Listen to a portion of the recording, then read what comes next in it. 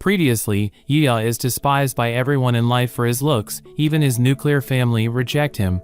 However, his granddad continued to care for him, giving him life advice to always help people. One day he kind of saves Kaori from some hooligans harassing her by taking a beat down. It is later revealed that his grandfather passed away and left his property to Yuya, which leads to his parents disowning him for not being able to access the inheritance. Left alone, unloved and bullied, he gets frustrated and punches his bathroom wall, which leads to his grandfather's hidden antique room. He finds a door that leads to another fantasy world with magic and a system. He levels up there, but unbeknownst to him, his stats carry over to the real world, causing his body to transform into a Chad. When he returns to school, everyone is shocked, and his siblings are salty to see the change. We commence with Yuya all suited and booted, ready to enter the fantasy realm. Just as he opens the door, he recalls what Owen had said to him prior. Owen had enlightened him that the area in which he resides is known as the Darkest Regions, and amongst all territories, the Darkest Region is said to be top class with regards to danger,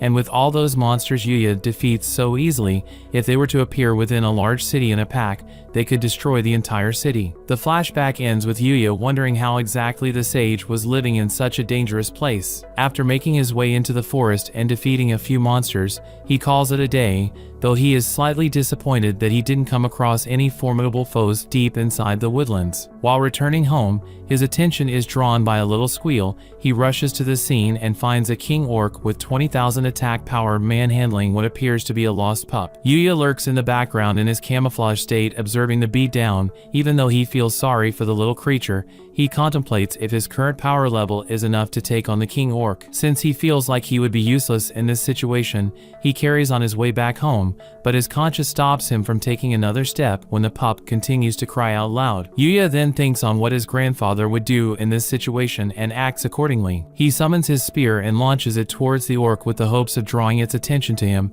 As he dashes forward with adrenaline sword in hand, he soon realizes that the monster has already been vanquished with his first attack. This comes as a surprise to him, given that his stats were far below his opponent, but he remembers pulling off a similar feat against a high-level bloody ogre when he was just at level 1, so he attributes his victory to the spear made by the sage. His thoughts are interrupted by a cute growling sound.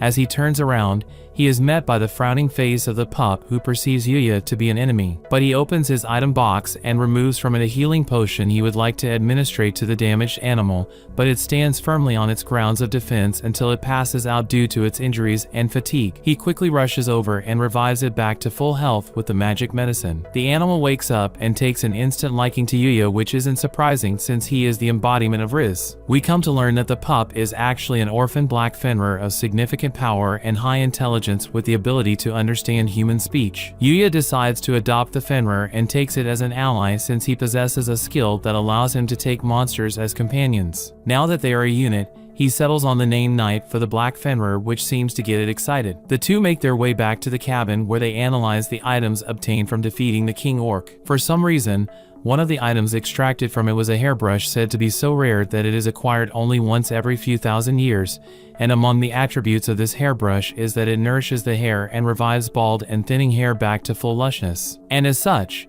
the item is sought after at extremely high prices by nobles who are facing hair issues. Yuya takes advantage of its qualities and uses it to brush his new pet. As he does so, he checks his stats only to see that nothing has increased despite him defeating a high-level monster. Nevertheless, he brushes it off for now and declares that he will figure out how leveling up works later down the line. He takes Knight with him to the real world and says his goodbyes before making his way to school. Upon arriving, Yuya informs his classmates of his new family addition and asks if there is a pet shop nearby. Keed is a bit too curious to know how his dog looks like and asks if he has a photo, but Yuya tells her that he does not even have a smartphone, which takes them all by surprise. They bring the topic back to the pet shop and inform him that there is one not so far from the school. Keed volunteers to take him there and help him out in selecting a few items. Yuya later arrives home from school with a shopping bag full of items for Knight. His canine friend welcomes him with a warm embrace, after which Yuya places a collar around its neck ready to be taken out for a walk. They go on a light stroll in the evening sunshine through the park,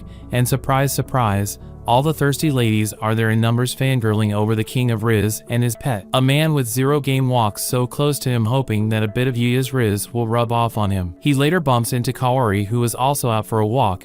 He introduces Knight to her, and the two seem to be fond of each other as she pets the Fenrir. Everyone stops in their track to admire the cuteness going on in that location. Kaori wants to know what breed Knight is, but Yuya simply tells her that he has no idea. Their attention is drawn when someone calls out to Yuya, and it is none other than the model Myo. He introduces the two ladies to each other, and Kaori seems to be a little bit tense, perhaps a bit concerned or jealous from the presence of Myo. As the three of them interact, people cannot help but stare at the level of beauty they are witnessing before their eyes. Prior to leaving, Myo expresses her hopes to bump into Yuya again whenever she is out on a walk. No sooner does she leave does Kaori inquire Yuya on whether he and Myo are dating, but he promptly denies it and informs her that they only worked together that one time for a photo shoot. Besides, he feels like he is not good enough for her. Kaori strongly disagrees as she tells him not to say such a thing. He is a bit baffled by her reaction, and he still cannot tell that she likes him. Their little moment is disrupted when a lady who screams at the top of her lungs to alert everyone that a shady-looking man has unlawfully snatched her purse. Yuya gives the command to Knight to chase down the culprit and bring him to justice. All the while, he makes his way with Kaori to check up on the old lady who was attacked by the degenerate. Soon after, Knight can be seen from a distance dragging the criminal like a mule towards his master. When they get in close proximity, Yuya tells Kaori to call the police. This seems to catch the attention of the criminal, who breaks free from Knight's grasp and dashes with Knife Senpai and almost makes Kaori reincarnate into another world. But Yuya comes in like the absolute Sigma he is and stops the attack with a strong grip. He then proceeds to showcase Lesson 1 in quantum physics for the crowd to witness. After apprehending the culprit, the police soon arrive and take him into custody. Yuya and his canine companion later make their way into the woods with the intention of conquering a certain area so that they can proceed further into the deepest parts of the forest. They take a leap without a second thought, and the duo showcase their effective team-working ability as they first deal with a jack goblin before taking out a bear goat-looking like creature. Lurking in the darkness is another king orc, so Yuya gives the floor to Knight to take his revenge, and let me tell you, revenge has never felt so sweet as the canine eliminates the king orc in spectacular fashion, and then lets out a howling cry of victory. The duo continue to make their way deeper into the forest when they come across a crystal deer with a power level of 630 and possessing an absurd amount of magical power. Though Yuya is in his camouflage state, the deer can sense him. This completely ruins his plan of a surprise attack, so he reveals himself in full and goes on the offensive with Knight. The deer accepts their challenge as it lets out a deafening battle cry before charging at them. They evade the attack and Yuya prompts his pet to pounce, but the deer blocks with the red side of its horns. He tries to provide support, but the monster repels him with a fiery blast and then follows up with an incredible magical beam attack. Dr. Riz falls back to analyze the situation and concludes that he and Knight will have to divide up their roles to have any chance in defeating this dual-wielding magic deer. Yuya commands his pet to create an opening for him to land the final blow. Knight goes forth to execute the plan while avoiding the large-scale attack from the deer. The Fenrir swoops in and injures the deer, giving Yuya the opportunity to finish it once and for all. He notes that as they venture further and further into the forest, they will need to be more flexible with their tactics. He approaches the items dropped by the deer, and an object in particular catches his attention. He analyzes it, and it turns out that the deer dropped a fully functioning hot bath as one of the items. Yuya and Knight later retire back to the safety of their cabin to enjoy a hot bath after a hard day's work. They enter the woods the next day and are challenged by a needle roller who gives them a slight run for their money. But Yuya sees that its movements have become sloppy, so he baits it to crash into a rock before ending it in a tag team effort with Knight. He takes a break nearby and then checks his stats only to see that it has increased. Not only that, but he also gained many skills too. Yuya is surprised to see that his stats increase in tandem with Knight's stats. Though he is a bit confused, he does not push on further to understand why. They prepare to leave and call it a day, but the rock in front of them crumbles to reveal a tunnel which they take the pleasure of exploring. As they make their way further, he takes a page out of Call of Duty and activates his heartbeat sensor, which shows no sign of life within the area. Their path is guided by a spontaneous combustion of fire which leads them to an opening. Knight does what canines do best and runs off to find something. When Yuya pulls closer, he is met with a corpse, but before he can investigate, the Fenrir draws his attention to a book titled The Book of the Sage. He opens it and gasps in shock at its content. Elsewhere in a city, two people in cloaks interact as one of them wants the other to take on a job of eliminating a particular somebody. Things continue with Yuya repeating the name of the book as he links it to the sage who used to own the house he's currently staying in. He begins to read and his suspicions get confirmed as the sage reveals that he had mastered everything in the world to a high level, from magic and martial arts to cooking and singing. As a result, he entered the realm of the gods while he was still alive and was even offered to join the deities, but he declined their invitation. The sage's writing addresses Yuya as he comments that the strength he possesses is even more powerful than he knows, and because of that, a day will come when the humans around him will start to be frightened by that same strength. This was what happened to him, and he felt alone at the top. The sage doesn't want Yuya to take the same path and have this kind of miserable ending. Yuya thinks aloud, wondering how he's supposed to make the people around him not become fearful of him. The sage's voice can be heard as he answers that Yuya should build human relationships, which is emphasized on trust. This startles him as he thinks he's hearing things. He carries on reading the book as it explains that this relationship can be between friends and lovers, or parents. These should be people who will stay by his side even when everything about him is laid bare. Yuya confesses that he is someone who didn't have friends until very recently, so finding such people is a tall order. When the sage responds again, Yuya just accepts that he might be having a conversation with his spirit as the sage tells him to seek his allies at his own pace. The sage has also given him the chance to seek knowledge on one topic, so Yuya asks about magic, and the book begins to glow for a moment. The sage reveals that he has filled the book with everything he knows of magical theory. He explains that since Yuya is an otherworlder, he doesn't possess the magical pathways, meaning he can't use magic. Humans in the fantasy world produce magical energy in their hearts, and from there, it circulates through their bodies via their blood vessels. The sage decides to bestow his magical pathways upon Yuya. From his observation, his pathways are very valuable in the world, so it would be a waste to let them disappear. He only wants him to have a life that he can be proud of when he becomes accustomed to power. The book starts to glow brightly again as the characters fly off the page and pierce Yuya through the chest. Night rushes over to him to make sure that he's fine. With the pathways transferred to him, the sage ends by wishing him a happy life filled with good fortune. Yuya thanks the sage for everything and hopes that he can finally find peace as he pays his last respects to the corpse. Dr. Riz makes his way back to the house where he begins to read the books to understand the principles of magic. Yuya begins to put some of the teachings into practice with the Fenrir. They both close their eyes to sense magical energy. He soon feels the magic pounding with his heartbeat when it emanates through his body. Night also felt the sensation as the skill for magic manipulation unlocks for Yuya. The next step is described as simple in the book. It instructs him to gather magical energy in the palm of his hands and for him to imagine the magic he wishes to invoke. The fact that he doesn't need to learn incantations baffles him, but he decides to go outside to try it. Yuya raises his hand and starts the process and mentions his intention to enchant a water ball, and to his surprise, it works. He looks over and sees that Night has also done it the first time. He praises him on a job well done before they shoot it at a nearby tree. The attack jets through their target and destroys the other trees behind, which surprises them. Meanwhile, Owen has an audience with the king as he gives his report on his latest trip to the darkest region. The captain states that he met with Yuya and delivered the message, but he lets it slip that Lexia proposed to the unknown young man. The king thinks that he misheard, so he asks him to repeat himself. All the while, he signals one of his servants to give his sword. The monarch begins to rampage in his throne room, even destroying the statues, angry that a stranger has managed to seduce his princess. Owen hides in a safe place, regretful that he let that key piece of information slip. At this point, Yuya has returned to the human world where he makes his way to school.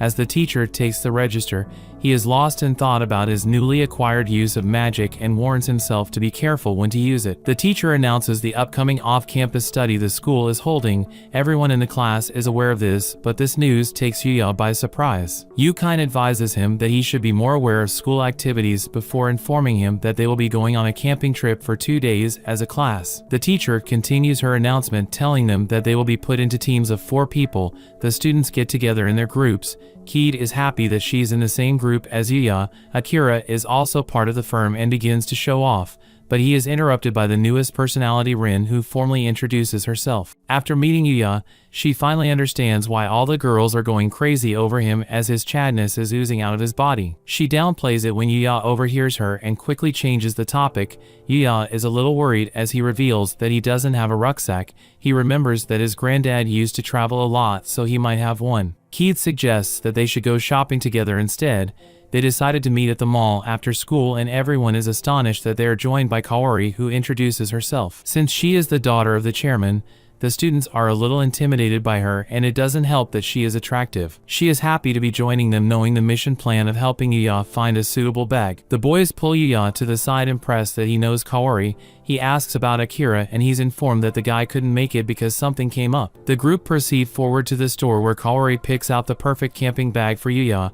After testing it, everyone agrees that it suits him, so he buys it. With their main objective achieved so early, Ryu urges them to have some fun, so they proceed to the amusement plaza to play games. Upon their arrival, they are further excited that the place is not so busy since it's a weekday. Yuya is shocked that the whole floor is arcade, but Shingo's scream catches their attention as he makes his way to a crane machine that has merchandise of his favorite idol. The guy reveals that he's not good at the crane games, so Yuya steps forward and offers to play for him. Yuya uses his abilities to spot the ones that have the highest chance of being picked. Everyone watches on in awe as he picks it up on the first try and hands over the box to an excited Shingo. Ki drags him to another stall, requesting one of the stuffed cats inside. He uses his skill again to get one. The others see that Yuya is good at the game, so they also request he gets various things for them. Raya later suggests that they make their way to the 7th floor, which is a cafe for tea and snacks. However, the ladies want to have some alone time as they head to the 13th floor, which is for girls' fashion. They promise to join them after they have finished,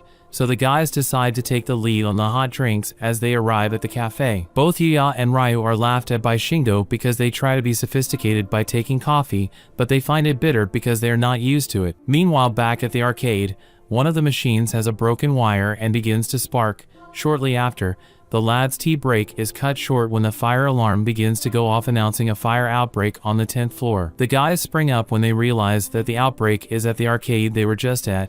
They do the exact opposite of the evacuation order and head over to the stairs to access the upper floors since the girls are up there. Yuya notices that the smoke is already visible on their floor, which means it must be even worse on the upper floors. One of the mall staff tries to expedite the evacuation as Yuya explains that they need to get to the upper floor as 3 of their friends are up there. Raya gets a call from Keith confirming that they were unable to escape, and from her voice he can tell that they don't have long left. After hearing this from Ryu, Yuya dashes past the staff and heads to the upper levels. The mall staff gets a little bit more aggressive as he ushers the other 2 down the stairs to safety. All the while, Yuya thinks about the girls' smiles throughout their outing and is determined to protect their happy faces. He reaches the floor where the fire originated, and it's bad as the sprinklers are ineffective at quenching the flames. Given the situation, Yuya feels like he has no other option than to use magic. The guy surrounds himself with water before dashing through the flames. The girls lying near the females' washroom unconscious as the flames approach them.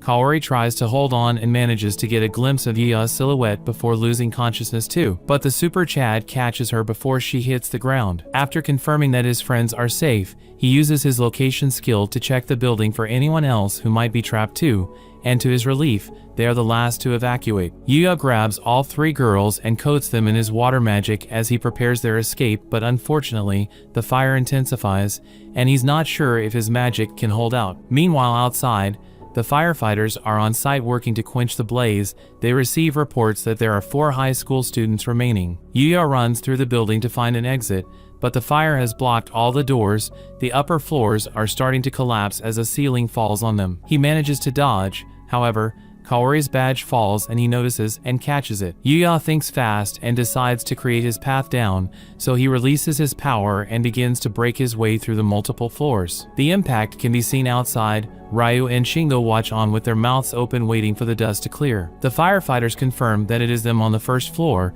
The two rush over as Yuya assures everyone that they are fine with a relieved look on his face. The heroes of Blaze give him a scolding for his reckless actions as he apologizes.